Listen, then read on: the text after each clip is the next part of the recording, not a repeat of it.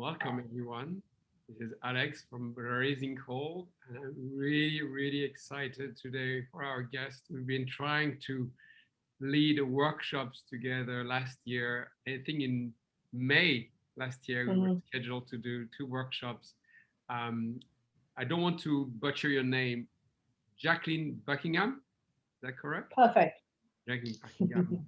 And Jacqueline is doing something very unique. I had never come across anything like that before. She's an animal communicator, and I'm really curious to for you guys to get to know her, get to understand what it is that she does. And I think, from my understanding, it's kind of a segue to communication with humans. So I'll be curious. So welcome, Jacqueline. How are you doing? I'm doing really well, thanks, Alex. It's so lovely to be with you today. Where, Great that we where, could organise this. where are you physically? I'm physically in England at the moment, about an hour west of London, in the south. Fantastic. Tell us a little bit about what it is that you do. Tell us about you. So I'm an animal communicator, but I also teach animal communication. That's the main thing that I focus on, teaching others how to do it. Because, as much as I can do it myself, there's only so many animals I can talk to and let their people know what's happening. So the more people that can do this, the better, I think. So that's what I really love. It's my real joy, is teaching others how to do this as well. So when I came across your work, um, I was referred. I think you're the only one that got approved by this wonderful woman called Anna. Now I'm going to really butcher her name. Breytenbach. Breytenbach. And she got quite famous for really having this kind of normal connection and communication, very straightforward, but she did a lot to communicate about it. Like she was communicating with sharks to understand what is a shark attack. And then she had this wonderful work with a beautiful leopard girl in Africa, and getting them to actually communicate about what was going on. So that was completely fascinating because it changed all our relation with us with animals. Tell us a little bit about your journey working with animals. Mm. Yeah, so my journey began really when I was very young. I grew up on a farm in the south of England, and I'm the eldest child of that family. So for some years, I was the only child. And so my playmates were the other beings on the farm, which were animals, the dogs, the cattle, and also the trees. I have really strong memories of going to a particular group of oak trees and telling them about, so I'd sit there and chat to them, tell them about my dreams and my wishes and my troubles, and I distinctly remember that I felt that they were communicating back with me. And that was just kind of my normal life, if you like. And then I left that farm when I was 10 and became more and more urbanized over the years and went to the bright lights of London. And then it was only, I went to Australia in 2020, in 2001, I moved to Australia. And quite early after I moved there, I was fortunate to meet some Aboriginal elders, and they were they have this deep connection with nature. They know that the animals teach them things, tell them things. They're always listening and watching to know what's happening. So through them, it kind of reminded me of this childhood experience I'd had. And then some years later, I moved to the Findhorn community in the north of Scotland, which is an intentional community. And that was where I met Anna Breytenbach. She was the friend of another community member, and she came there to teach animal communication. And I was lucky enough to be given the job of being her kind of support person, if you like, introducing her to the community and sharing about the community aspects of the program she was leading. And then over the next 3 years, we developed this connection. And after 3 years, her fame got so great, she was needing to travel elsewhere in the world.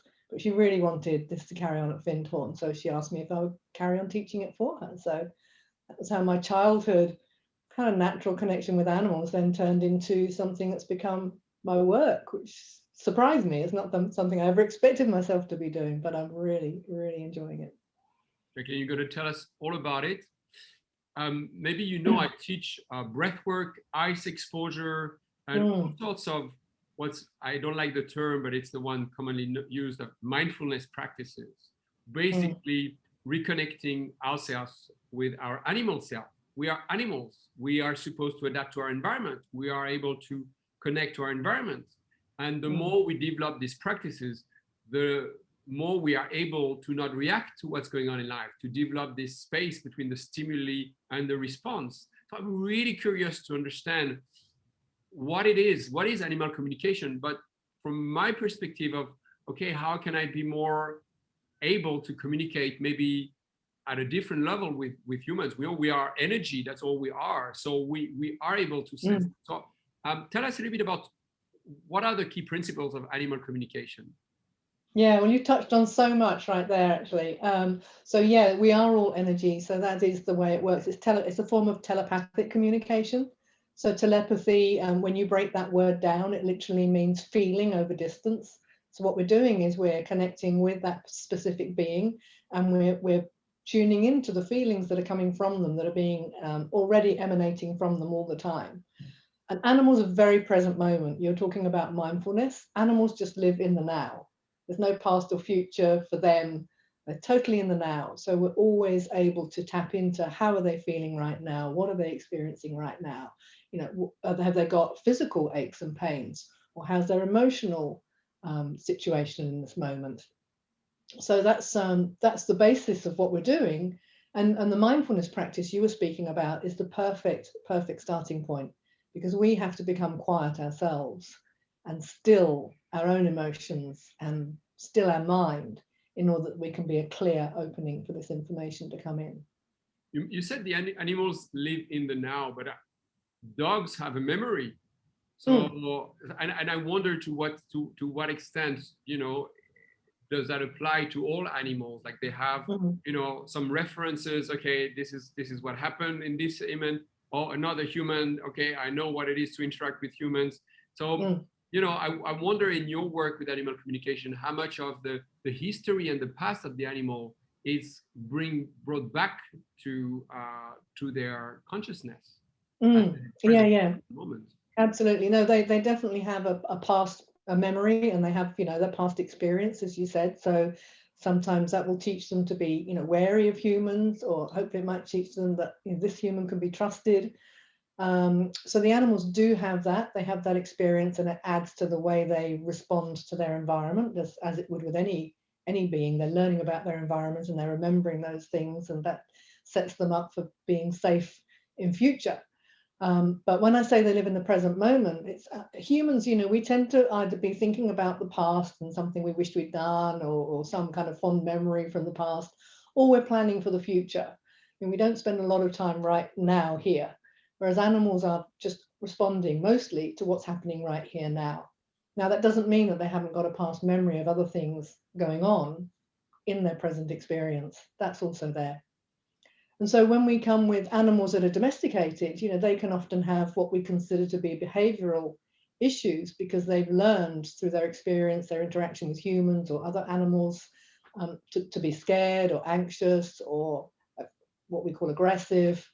So those are all the reality of it, but we can also work with them to help resolve that. So is that what you, because you say you're teaching, but do you also work with difficult animals that have some trauma that they haven't overcome, and you help bridge the connection between the owner and the animal? Yeah, absolutely. That's right. Yeah. So if someone has an animal, let's say a dog, you know, that they're concerned about, why does it have this particular behavior? They feel like they've tried everything to adjust that behavior, and we can then ask the animal, like, what's going on here? You know, how come you're doing this? And then based on what they say to us, we can then work with them to find some way that makes them feel safer, more comfortable, so they don't have to respond that way. We can also work with them to maybe suggest other ways of expressing that concern that isn't so, doesn't have such a negative impact, if you like, on their environment, so the human can take care of them and support them.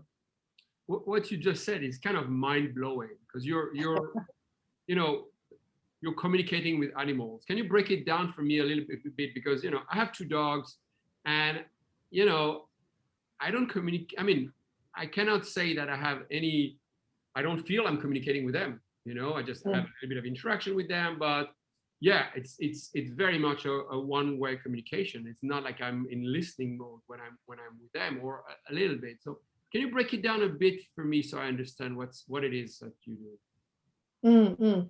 So yeah, so with the animals in your home, there will be communication happening, as you say, because they'll be sending out their emotional energy to some degree. You'll be picking that up, and just intuitively, you'll have some sense of, you know, what's happening. You'll get to understand their body language and their behavior, and certainly they'll be picking up on your emotions. Yeah, animals often know what's happening in the home because they feel the energy, they hear they don't understand the language of the conversation, but they get the energetic overtone of the conversation. So they know a lot of what's happening. So what I'm doing is, yeah, a lot of it is listening. A lot of it is how do we listen in a way that we can pick up what's happening for them. And we can listen in different ways. When we're connecting with the animal and the feelings, these sensory feelings are coming across from them. It can come as images, it can come as sounds, as words, as thoughts that pop into our head. It can come as physical responses. If they've got an injury or a part of their body that's causing them discomfort, we might feel discomfort in that same part of our own body. You know, so these are the different ways we can feel what they're feeling. And everybody is different in the way that they pick it up. Most of us have a primary sense. You know, I'm quite visual, so I see a lot of things. But it's a blend of all of it. And that's a big part of what I'm teaching when people start to learn, is how to listen and how to recognize the signals that are coming in that are from the animal and not from you, not from your imagination or your own idea of what's going on. So we still try to understand what it is you do. Can you share a little bit of the example? That's pretty uncommon. You must, Yeah. maybe not for you, but for the average Joe here.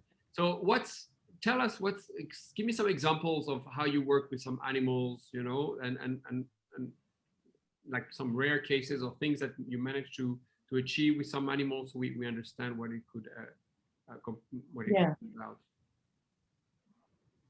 Yeah, so I had, I'll give you a couple of examples. So not so long ago, I was working with a cat. So a friend contacted me. She was a former student, and she had this cat who had cancer in its eye. So it had a tumor in its eye, and there were some different opportunities of what they could do with this cat to try to fix this tumor, fix this cancerous tumor.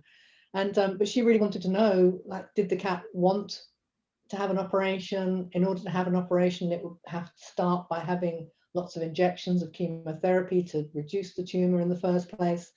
And this cat was a cat that he lived with her, but he was very semi-wild. You know, he would go away for long weeks at a time and then come back.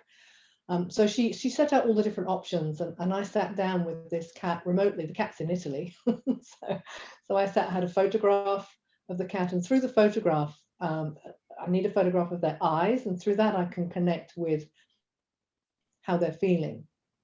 And so I showed her, rather the cat, I showed her the different options. I showed her that, you know, she would need to come back regularly, and then she would be put into a crate, which wasn't something she enjoyed, and she would be driven to go to the hospital, and she would have these injections, and then she would be driven back. And then eventually they would perform this operation.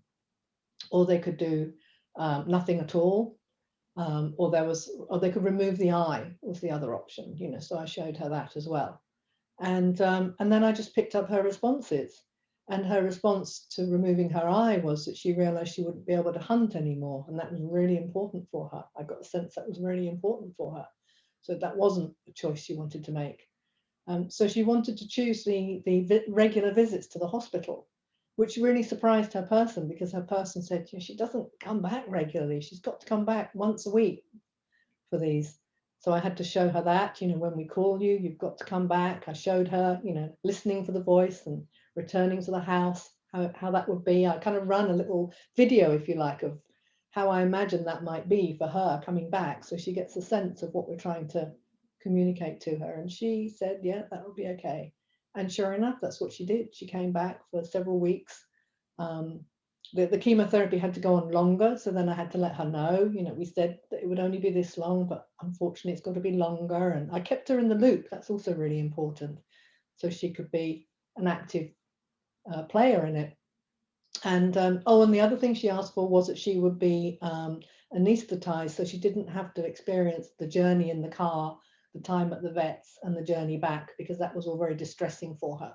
So she was happy for it to be done, but she didn't want to have the experience, which was too much for her.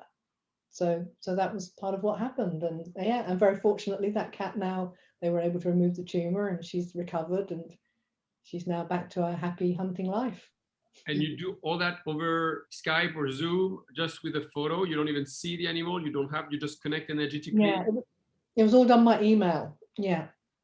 So my friend sent me the photograph of the cat, and yeah, and then she would keep me up to date on what was happening, and we would both start. And then the person whose cat it was, she's a former student of mine, so she knows animal communication as well. So she started to then get more confident herself with communicating with the cat. So the two of us were then communicating with her and reinforcing what was happening. So, what you described sounded like theta healing. Are you working with theta as well? I'm not familiar with that. No, I do Reiki healing, which is similar as well. That's obviously distance healing. Yeah, so, yeah, it's kind of similar. Getting into, and for yourself, you slow down your brain waves. You put yourself in a meditative state in order to tune into that vibration. Is that how you? Yeah. So the ideal state for animal communication is the alpha state, which is just between wakefulness and just kind of starting to tip into sleep, light sleep. So it's that meditative state, as you say. Yeah. And you do that through just breathing techniques, just meditation? Yeah, just meditate. I meditate regularly. I sit in nature quietly. I do yoga. So I have a number of different practices that I can access to help me quieten. And to be honest, the more often I do it, the more I set aside the time. Obviously turn off the phone, lock the doors, get rid of any possible distractions and interruptions, and then I find I can drop into the space more and more quickly, because it's becoming a familiar habit for me. Yeah. I want you to touch on something that you mentioned. You were working with indigenous populations, and that work really allowed you to drop into their field, and how so much in tune they were with their environment and nature, and we feel that more and more we are disconnected. Can you touch a bit more about your work with indigenous populations and how related it was to animal communication? So this was the Aboriginal Australians, and for them, in their traditional way of living with the land, they see themselves as very much part of the land, and they know that as humans they're caretakers of the land, and it's really their job to make sure that everything is healthy and everything is in good symbiosis, if you like. They also have a very strong connection with a particular animal, so they have what we might call a totem animal, and that's usually based on the place of their, not the place of their birth, but there's a way that they know. You will be this is your dreaming, they call it. This is your dreaming animal. It might be koala, it might be kangaroo, it might be kookaburra, wombat, and then that animal becomes their access to nature, if you like. So if they want to really connect with aspects of nature, that can often be their primary channel into that. And one of the Aboriginal elders once, he lived in the Central Desert, which is apparently on the surface, quite a desolate part of Australia. I think it's absolutely stunningly beautiful. But you might look at it and think there's not much out here, but it's teeming with life. And he said that as a small child, he would be wandering around by himself. And one of his teachers said to him, when you're out here, you're never on your own, you're never alone, because you've got the trees, the rocks, the sky, the animals, the birds, they're all your family, they're all part of your family, and you're never, ever alone wherever you are on the planet.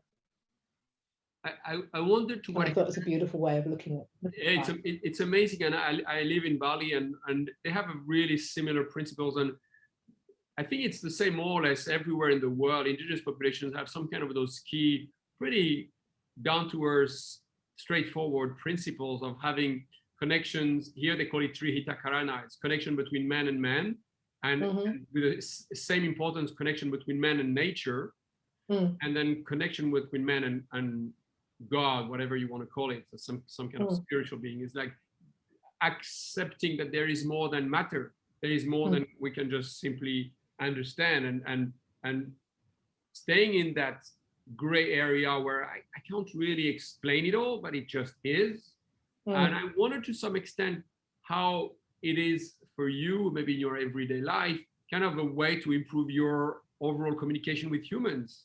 Because how is that evolved? Because we tend to just, you know, cover our face with our words. We wear a mask with our words, and it's hard to actually see each other, understand each other by listening to each other.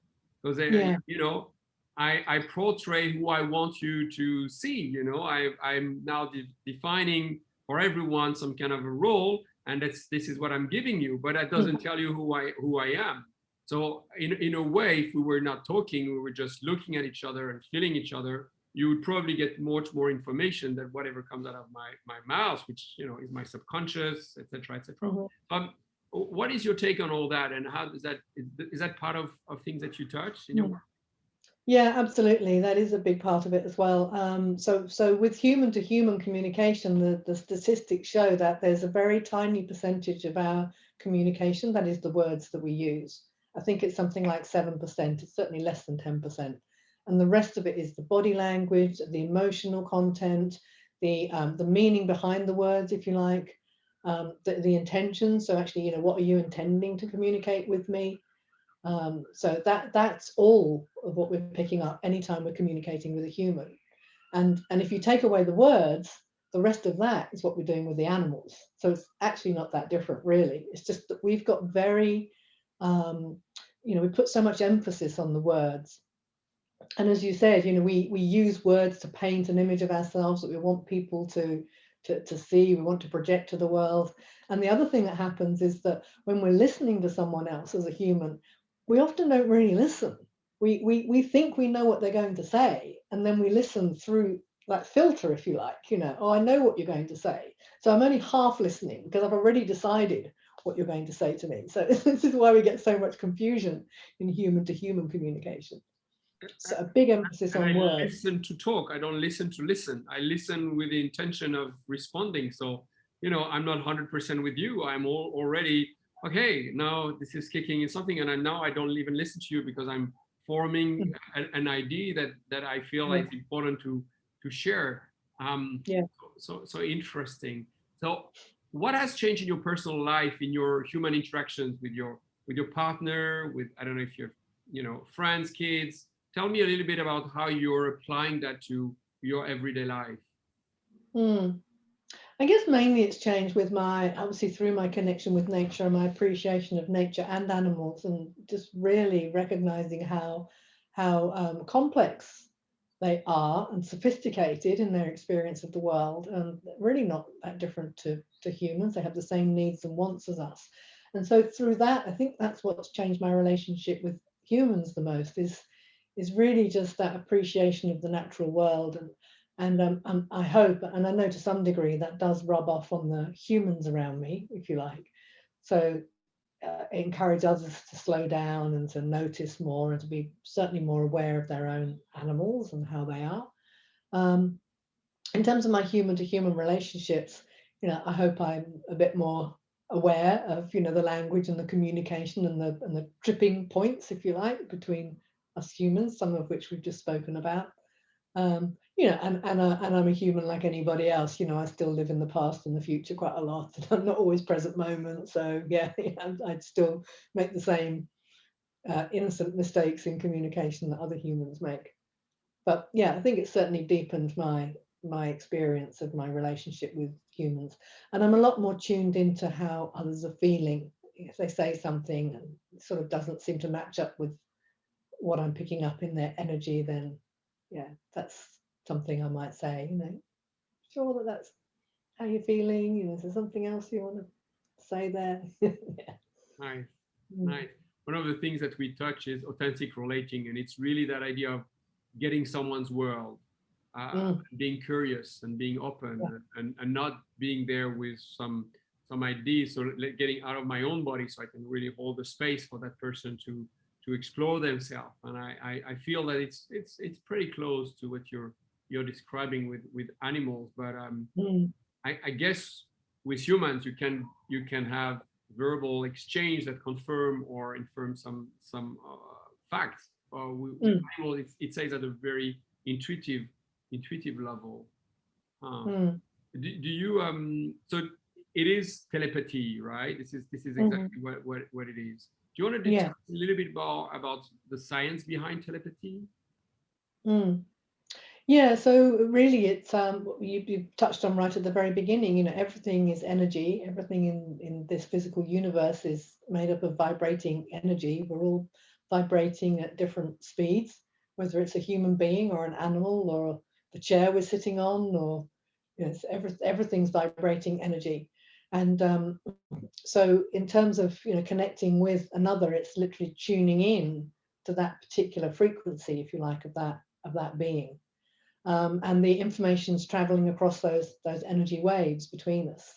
The information's in the same way a radio signal would travel, or a television signal would travel, or So even the Wi-Fi signal. How do you do that? I stopped you right there. How do you do that? You just meet the animal at the frequency that you feel. So if you've got a stressed animal, you're going to try to go at that level, or you know, how do you establish that communication link? Yeah, it's more of the essential vibration of who they are. So it's not necessarily the overlaid emotional energy that I'm tuning into. That's part of it, but I'm trying to tune into the essential being that they are, who has a very unique signature. You know, much like our fingerprints, if you like. You know, an analogy. So every being has its own essential frequency, its core self, its higher self, you might say, and that's what I'm connecting with. And then that higher self is overlaid with their present moment experience, which could be stress, it could be relaxed, it could be, you know, hunting or being hunted, or Well, one thing that I found fascinating studying animal communication or touching it on YouTube, that's all I did, was really, you know, one of the examples where, you know, we are conditioned to think that sharks are dangerous. You know, the Jaws has ruined our relation with sharks, and the director of Jaws has said he apologized to all the sharks around the world because of his movie, how he terrorized everyone. And Anna's testimonial was that the shark is curious, is wondering what's going on. So and his way of checking in is through his mouth. So he's taking a bite to know what it is, this thing. But because then we are feeling scared, we are now sending a vibration of fear, and they don't make a difference between fear and an aggression. You know, it's the same. It's the same energy. I wonder to some extent if it's not the main issue that we have with all animals. You know, I live in Ubud again. We have a lot of monkeys, and every time we have an attack of a monkey, is because someone, the monkey is going on the person is screaming of fear. You know, if I do you can think without the sound whether I'm scared or attacking is the kind of the same vibration. What's your take on that, or your experience with that, with communicating with animals?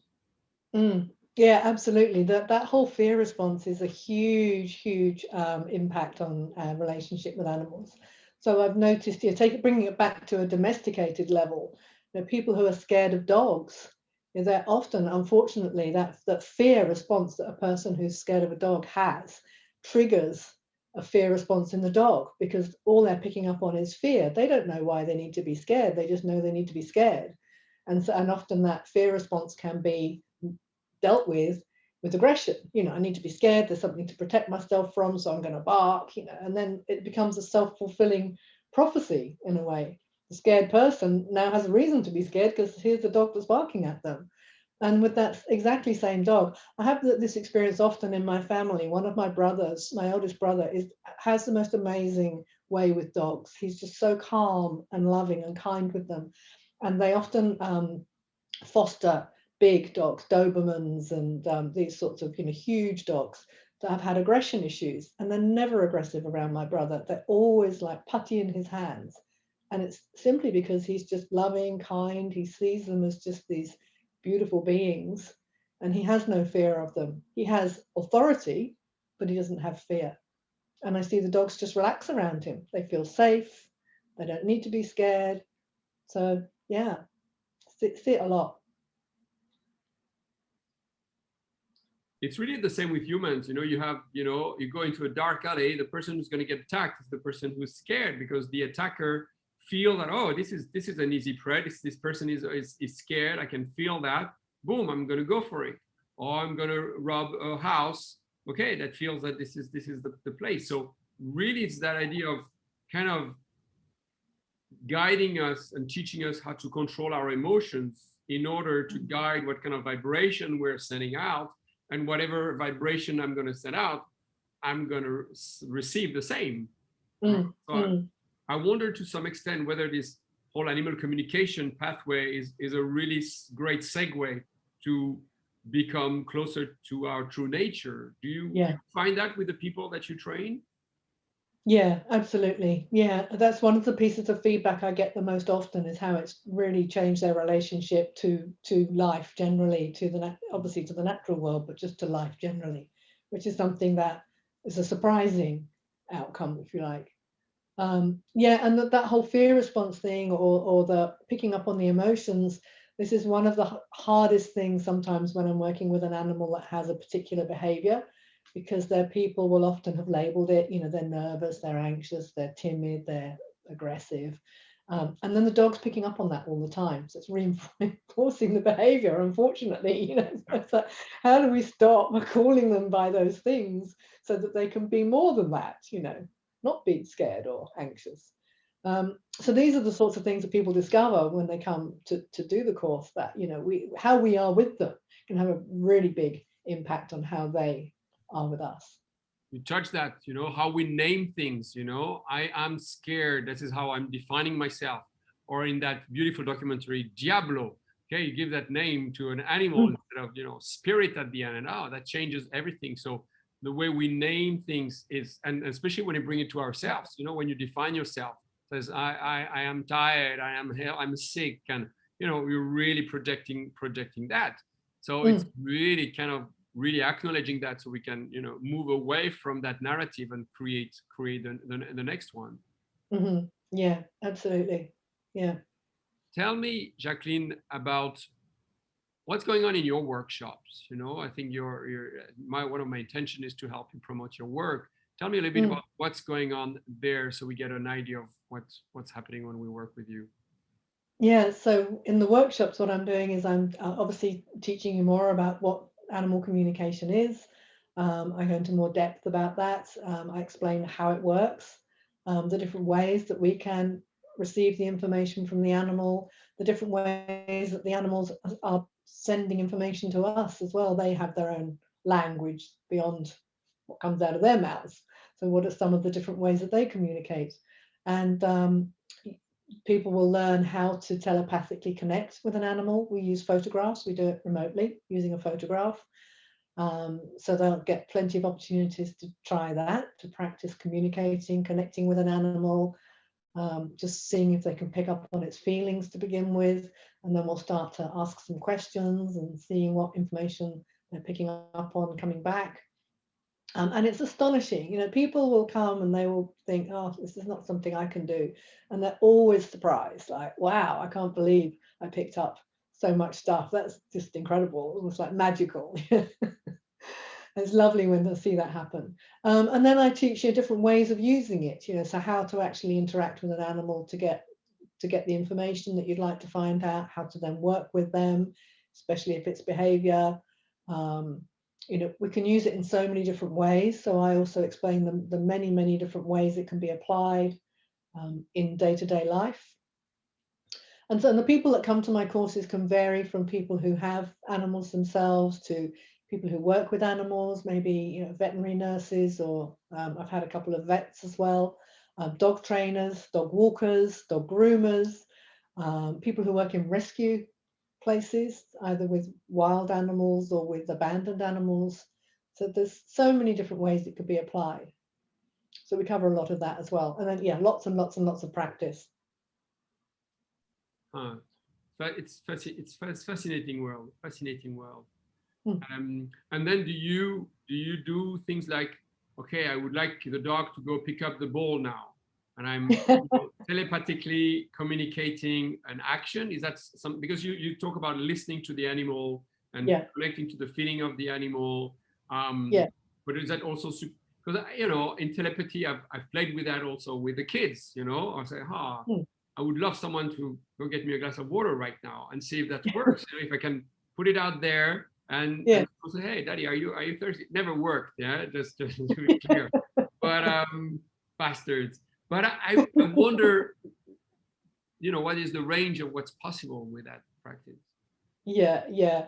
I don't do things like that. I don't tell an animal to go and pick up a ball. That's sort of, getting them to do something just for the sake of entertainment, if you like. I don't think it's a respectful thing to do particularly.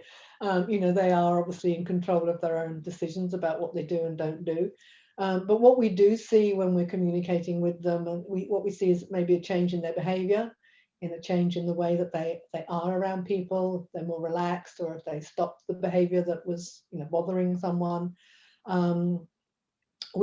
So one of the situations where we do see a really direct response is in training environments, so training horses or training dogs. And it's not so much just telling them what we want them to do, it's more explaining, like, why would we like them to do this? So it really becomes collaborative, not just instructive, jump that fence, or go and fetch that ball, or sit here until I tell you you can go and eat your food, or whatever it is we're trying to train the animal to do.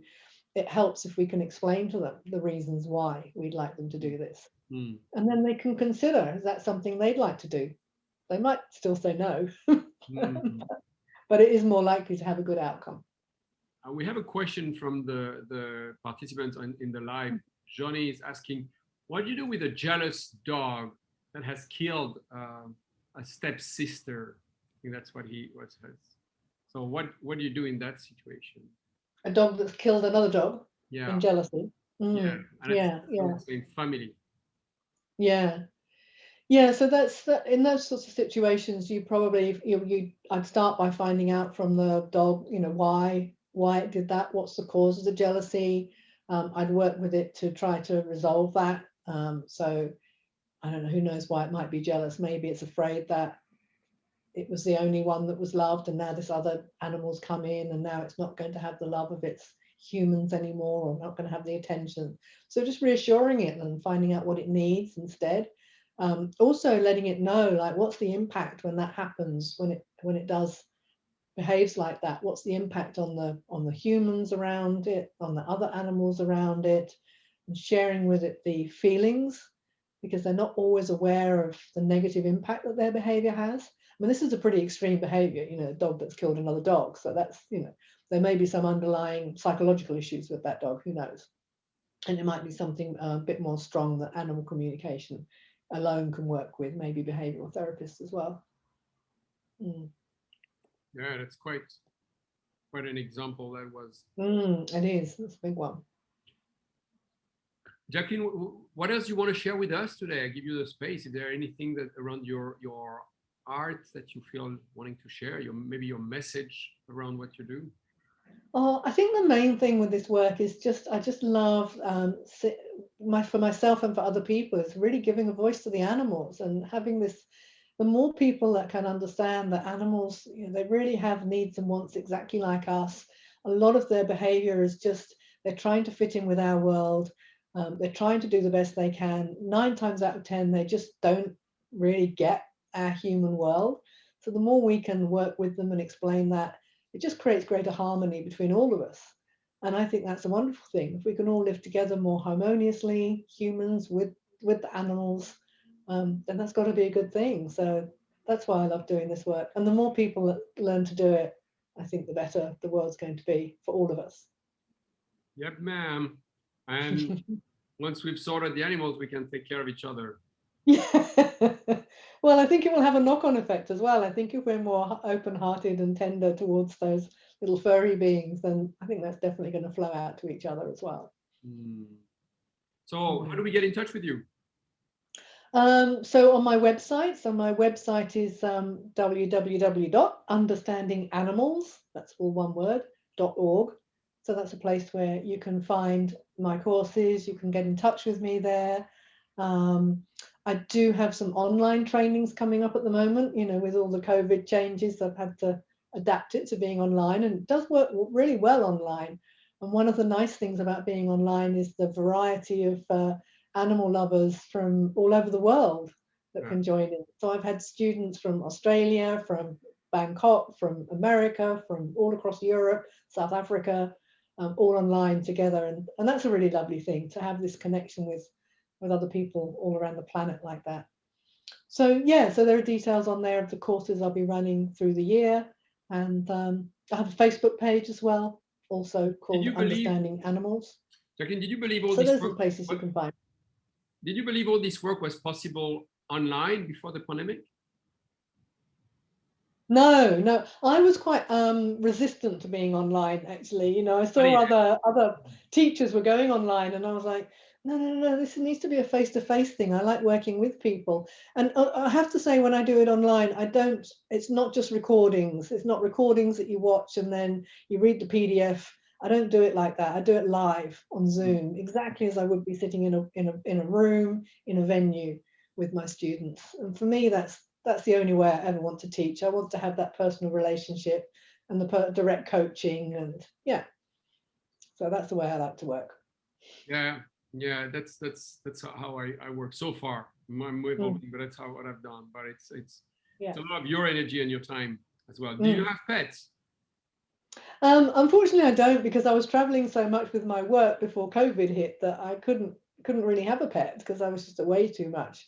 My dad has a cat, so she's kind of like my adopted pet. She's kind of adopted me as well. But do you find yourself communicating all the time with animals, as birds passing by, and is that your everyday life? Not every single moment, but there are certain, I do it a lot more. When I'm walking on our farm, there's a herd of deer there, so I will communicate with them when I see them, just to let them know that I'm safe and I'm not going to be a threat for them, so they don't have to be scared and run. I communicate with the cat a lot, find out what she's up to, and what do you need right now, and I tune into her, hopefully read her. And that's my brother's dogs. Those are the main ones on a day-to-day basis. And I love that. Again, it was from Anna when she was communicating with the sharks, saying, hey, you're okay, I'm okay, and I don't remember if she went into the cage or not in the cage, but basically the idea of expressing your intention if you were to go for a surf, just have that open communication before you there. This is okay, this is your land, I'm just coming here. And same with dogs and all animals, and probably with humans. Again, that's just, we are all animals. Yeah, and I think it's about putting ourselves in the other's position. If we can imagine how it would be for them, like this shark with all these humans coming into their world, thrashing around on their surfboards. That's a strange thing. If we can be more aware of how the experience might be for them, and then we can work with them in a respectful way. Yeah. Thank you, Jacqueline. That was fantastic. And maybe your vision for the world. What do you have for us? Oh, my vision for the world is for people to remember how much they love animals and they love nature, and just what a beautiful world it is, and that really we're all trying to do the same thing. We all just want to be loved. We just want to connect. We want to belong. And if we can kind of see past everything else to that, then I think it's going to be a good world. Aho. Thank you so much for your work, for what you're doing, what you're bringing. Hopefully this interview will help you get many people to join and experience animal communication. I put all your details, guys. See you next time. Thank you so much. Bye.